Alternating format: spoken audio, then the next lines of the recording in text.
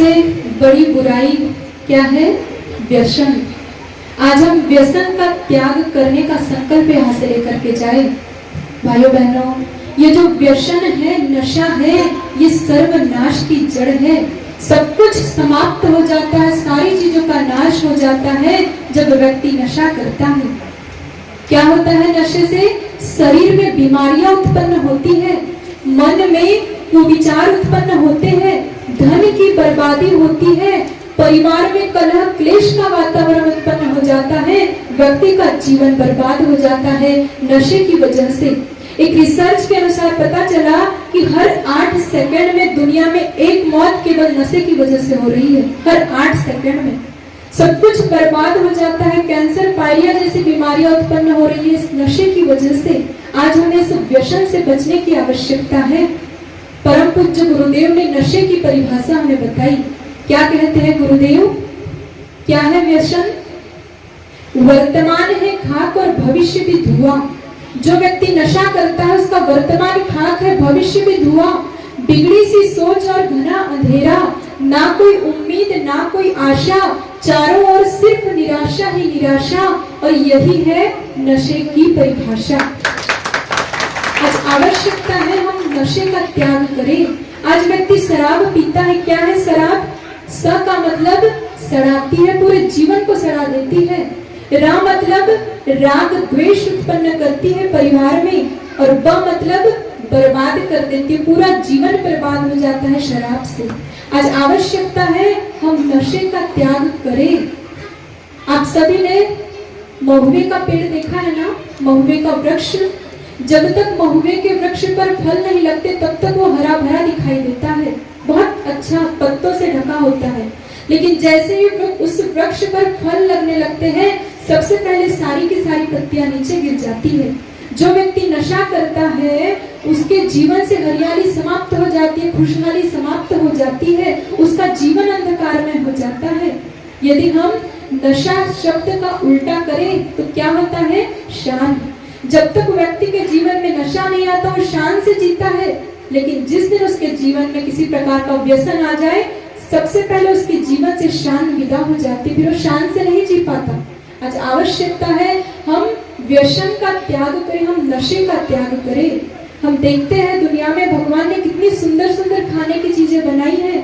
भगवान ने अनाज बनाया, दूध बनाया, दही बनाया, मेवे मिष्ठान पकवान बनाए, लेकिन आज का व्यक्ति क्या खाता है? आज का व्यक्ति खाता है अभक्ष भक्षण। आज का व्यक्ति खाता है नॉनवेज और अपने पेट को पूरी तरह से कब्रिस्तान बना देता है। आप विचार कीजिए, कब्रिस्तान में किसे रखा जाता है? मरे हुए जीव को। और अभक्ष भक्षण क्या है? नॉनवेज क्या है?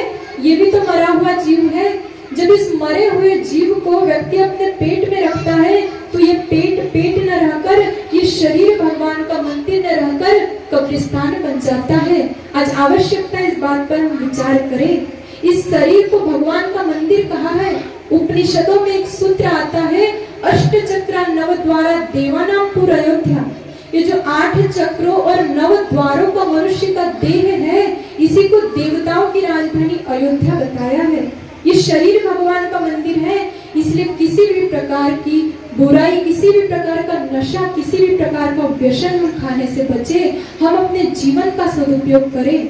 यदि गलती से हमारे जीवन में व्यसन आ गया हो तो आज संकल्प पूर्वक उस व्यसन का त्याग करें, क्योंकि गुरुदेव कहते हैं बीत गया सो बीत गया, अब शेष जीवन को संभालो। तन मिला इंसान का, इंसानियत थोड़ी निभा लो। खूबसूरत जिंदगी को शान से जीकर दिखा दो।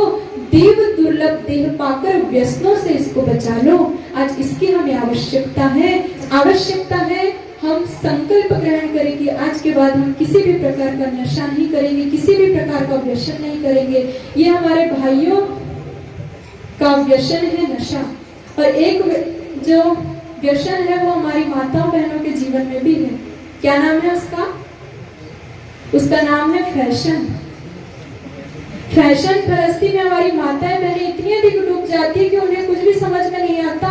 आजकल हम देखें तो दुनिया में इतने अधिक अपराध बढ़ रहे हैं, और यदि हम इन अपराधों को देखें तो क्यों हो रहे हैं? फैशन की वजह से। यदि हम बड़े बड़े शहरों में निकल करके देखें तो जो चोर होता है वो गले की चैन तो लेकर जाता है चुराकर, साथ में गला भी काट देता है।